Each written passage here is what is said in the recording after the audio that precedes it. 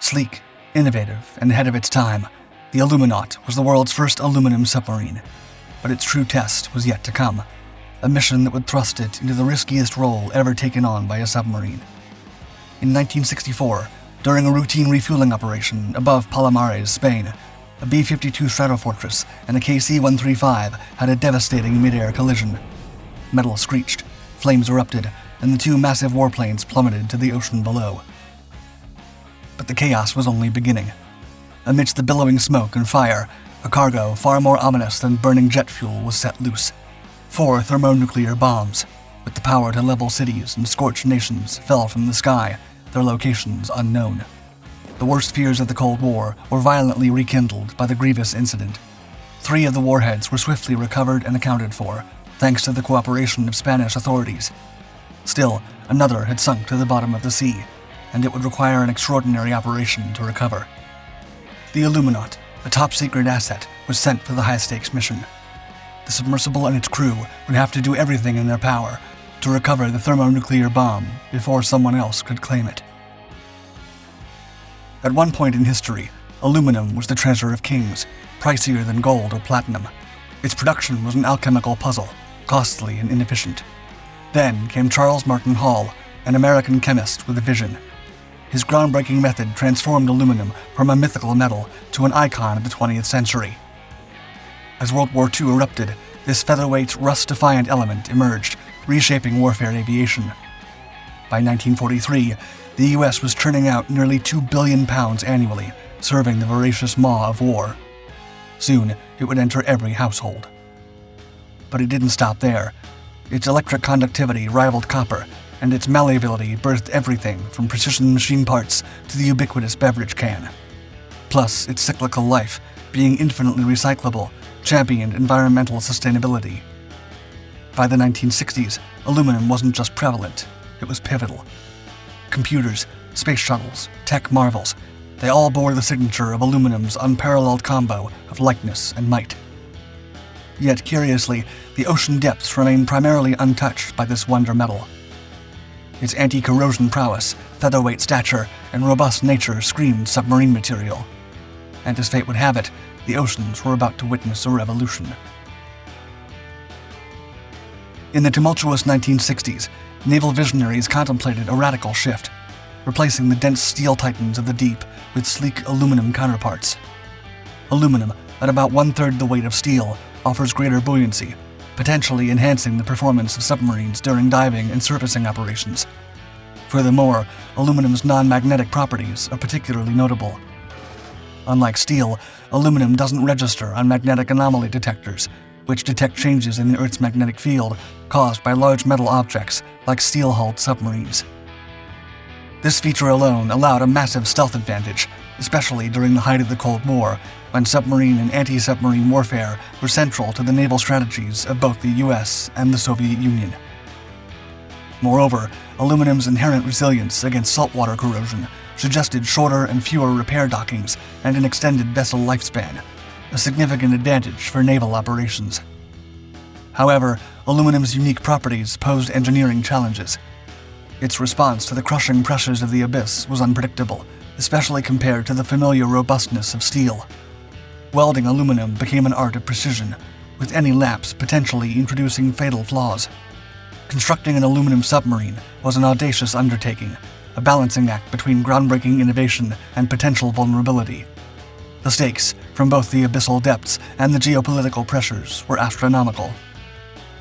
Yet, driven by the relentless spirit of the 60s and against the backdrop of global tensions, the US made its bold move. They ventured to create this novel marine marvel, aiming to redefine the very fabric of naval warfare. The Reynolds Metal Company, the same brand name that produces aluminum foil worldwide, was responsible for conceiving the idea of an aluminum submarine. Fired up by the versatility of aluminum, the company embarked on a marketing odyssey. From dreams of sleek aluminum buses to gleaming cars, the publicists attempted to pitch a wide array of possible future technologies made out of aluminum. Yet, among their brainstormed marvels, the most audacious was the Aluminaut. Conceived amidst the shadows of World War II, the experimental submarine's blueprint sat in anticipation. 2 decades later, in 1964, the brainchild of innovation broke the surface in Groton, Connecticut. At a staggering 80 tons and 50 feet, she was built to harbor a crew of 3 or 4, navigating the mysterious deep. Engineered with ambitions of probing the ocean's deepest trenches up to 15,000 feet, the Aluminaut was a breakthrough for the fields of oceanography and daring salvage operations. The deep-diving Leviathan was fortified with 4 viewports and state-of-the-art sonar systems. An engineering marvel, her 51-foot hull comprised 11 carefully forged cylinders. To the world's surprise, the engineers at Reynolds Metals found a way to negate most of the risks of building a submarine out of aluminum. The vessel showed extraordinary resistance derived from its strength-to-weight ratio, which surpassed even steel, ensuring she could weather the intense pressures of the abyssal deep, resisting up to 7,500 pounds per square inch. In a 1964 proclamation from Underseas Technology, the Aluminaut was hailed as an unparalleled marvel, spearheading a new era of ocean exploration. Capable of submerging to depths covering 60% of the world's oceans, she was lauded as a trailblazer, destined to lead the vanguard of a new age of naval technology. 1964 would have seen the world's first aluminum submarine relegated to a calm life of trench exploration and salvaging sunken relics. That tranquility was shattered on January 17th in the skies above Spain. A B-52C from Seymour Johnson Air Force Base, North Carolina, embarked on a critical Cold War airborne alert mission, Operation Chrome Dome. Armed with 4 thermonuclear bombs, it skirted Soviet Europe's boundaries, requiring 2 mid-air refuelings over Spain. During the second refueling session with a KC-135 from Morone Air Base, at a soaring 31,000 feet, the unforeseeable happened. Major Larry G. Messenger, piloting the B-52, recounted their fatal approach. Quote, "All of a sudden, all hell seemed to break loose. The refueling boom's nozzle collided with the B-52, tearing apart its fuselage and igniting a massive explosion witnessed miles away. The devastation was immediate. The KC-135's entire crew and 3 from the B-52 perished. Among the B-52's victims, First Lieutenant Stephen G. Montanus managed a desperate ejection but plummeted when his parachute failed. 2 others, too close to the point of ejection, never had a chance. However, amidst the smoke and debris, hope prevailed. 4 B-52 crew members parachuted to safety. Captain Ivans Buchanan, bearing burns from the explosion, miraculously survived his ground impact. The other 3 were adrift in the sea until they were finally rescued. Local fishermen rallied to their rescue. The Palomares community carried Buchanan to a clinic, while others at sea, aboard Dorita and Agostini Rosa, plucked the survivors from the water, delivering them to safety in Aguilas. But something else had been lost in the crash, besides the airmen's lives and the billion-dollar warplane. 4 1.45 megaton B-28FI Mod 2 Y1 thermonuclear bombs. In the backdrop of the Cold War, these weapons of mass destruction had to be recovered immediately, at all costs.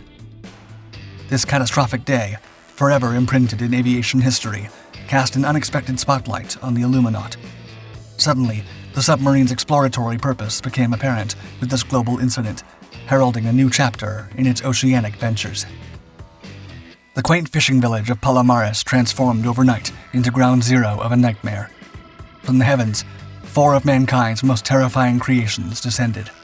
Within a harrowing 24 hours, 3 warheads had been located. 2 devices had detonated their conventional charges, scattering radioactive plutonium over the landscape. The 3rd sat near a riverbed, miraculously untouched, but the 4th thermonuclear device remained elusive. A lone parachute tailplate bore silent witness to its potential fate. Speculation arose that a gust of wind might have caught an unfurled parachute, whisking the bomb into the sea. 5 days into the unfolding crisis, and with more questions than answers, the Air Force sought the aid of the U.S. Navy. Immediately, a technical advisory group, led by Rear Admiral L.B. Swanson, Captain Willard Franklin Searley, and Dr. John P. Craven, descended upon Spain, rallying a cavalcade of the best minds and resources. Under Dr. Craven's guidance, the search transformed into a meticulous dance of probability calculations using Bayesian search theory. Yet, as exacting as the method was, it lacked a human touch. Enter Francisco Simo Orts, a local fisherman soon dubbed Bomb Paco.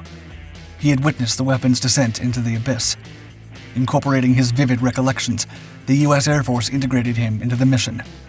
With the marriage of human memory and state-of-the-art calculations, the pursuit intensified, centering on the world-altering device. For the US, the stakes were astronomical. The show of might was palpable, with a massive fleet of almost 30 ships, including the carrier Forrestal and numerous units from the 6th Fleet, converging on the waters off Palomares. The massive fleet was there to support 2 submersibles, one of which was the world's first aluminum submarine. The task ahead was Herculean. Aluminaut, along with the other submarine, the Alvin, plunged into the watery abyss, searching every crevice for the elusive thermonuclear bomb, following the patterns dictated by Bomb Paco and the Bayesian search theory. Day after day, the mission persisted, clocking in a relentless 80 days. This wasn't just a recovery mission, but a geopolitical tightrope, putting the US-Spain relationship under immense strain. The other bombs had already caused radiation contamination in Spanish soil. Although the thermonuclear bombs had several safety mechanisms to prevent a nuclear detonation, the idea was maddening enough to infuriate many Spanish and European politicians, especially those already holding anti-American sentiments. The Soviets, never ones to miss an opportunity, gleefully seized on this debacle, churning out a steady stream of propaganda that further maligned the US in the court of international opinion. However, perseverance finally bore fruit. The sensors of Alvin picked up the characteristic silhouette of the lost device and located the bomb, lying nearly 910 meters beneath the waves. On April 7, 1966, the Navy triumphantly hoisted the device from its oceanic bed, fully intact. Recognizing the intense global scrutiny and interest in the recovery, Admiral Guest made a significant decision. He permitted the press to photograph the thermonuclear bomb, a symbol of humanity's prowess and peril in equal measure. Across newspapers and television screens worldwide, people glimpsed the device for the first time, securely positioned on the fantail of the USS Petrel, a 2,100 long-ton submarine rescue ship. It was a moment both of relief and reflection for the world.